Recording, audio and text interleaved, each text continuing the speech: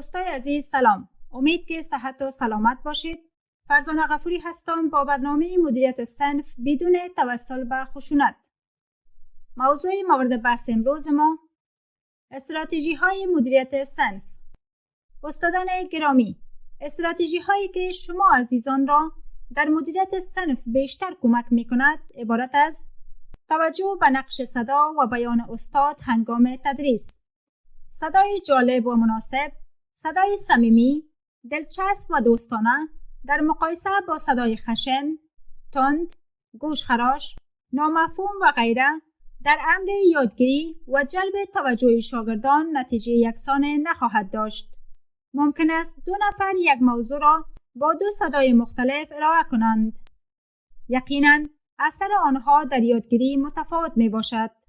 بنابراین صدا نقش مؤثر در ایجاد ارتباط بین استاد و شاگرد دارد که توجه به آن میزان بهره‌گیری از فرآیند آموزشی را افزایش می‌دهد. خصوصیات صدای خوب عبارت است در خور فهم، رسا و دلنشین بودن، متغیر بودن یعنی آهنگ یا تن صدا که یک نواخت و کسل کننده نباشد، رعایت نمودن آلت‌های عاطفی صدا، بیان نمودن هر جمله به اقتضای معنا و ساخت دستوری آن، یعنی جمله‌های سوالی، خبری، منفی، تأکیدی و غیره که هر کدام به صورت خاص خود بیان شود و مطابقت داشتن صدا با موقعیت مکانی شنوندگان به طوری که همه صدای استاد را بشنوند. حرکت در صنف. حرکت در صنف یکی از فنون است که توجه شاگردان را به خود جلب می کند و موجب برقراری ارتباط بهتر با آنان می شود. اما اندازه حرکت باید نظر به موقعیت درس و حالت صنف تنظیم شود و حرکات استاد در صنف باید هدفمند باشد. چگونه استادان تلاش کنند تا توجه شاگردان را جلب کنند؟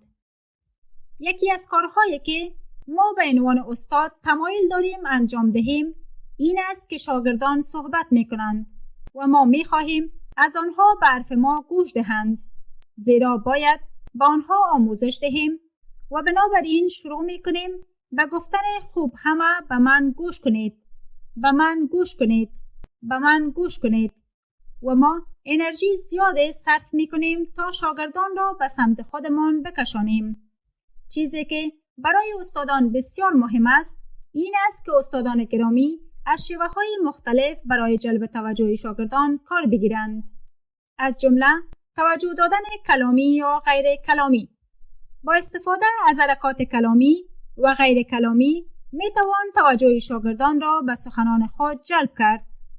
نمونه‌های کلامی: به تخته ببینید، تصور کنید و یا چی کس جواب این سوال را می داند.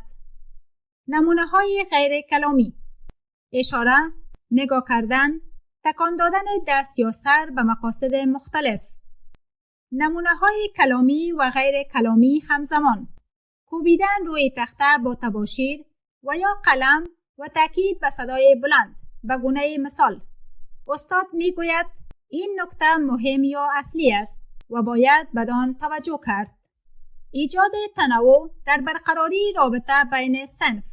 استاد با ایجاد تغییر در شکل رابطه متقابل بین شاگردان می تواند توجه ایشان را به جریان تدریس جلب کند. بعضی اوقات تنها رابطه میان استاد و شاگرد می باشد، اما بهتر این است که این رابطه تنوع داشته باشد. مثلا استاد با شاگرد، استاد با شاگردان، شاگرد با شاگرد، شاگرد با شاگردان و گروهی از شاگردان با گروه دیگری از آنان. سکوت یا مکث. سکوت نیز یکی از فنونی است که می تواند حواس شاگردان را به تدریس استاد تمرکز بخشد. سکوت بنا به موقعیت و تشخیص استاد می تواند چند ثانیه یا بیشتر طول بکشد. مثلا سکوت زمانی به کار گرفته شود که شاگردان در جریان تدریس با هم صحبت می کنند یا توجه ندارند. بنابراین در چنین حالت استاد می تواند چند ثانیه سکوت کند تا شاگردان متوجه شده و دوباره به صحبت‌هایشان گوش دهند. دوستای عزیز، این بود تشریح مفصل از استراتژی هایی که باعث می شود صنف ما درست مدیریت شود و اینکه استادان گرامی از کدام روش ها برای جلب توجه شاگردان استفاده کنند تا شاگردان به شکل بهتر آن بیاموزند. امید که مفید واقع شود و تا برنامه بعدی همه شما را به خداوند یکتا می‌سپارم. اوقات خوب و خوش.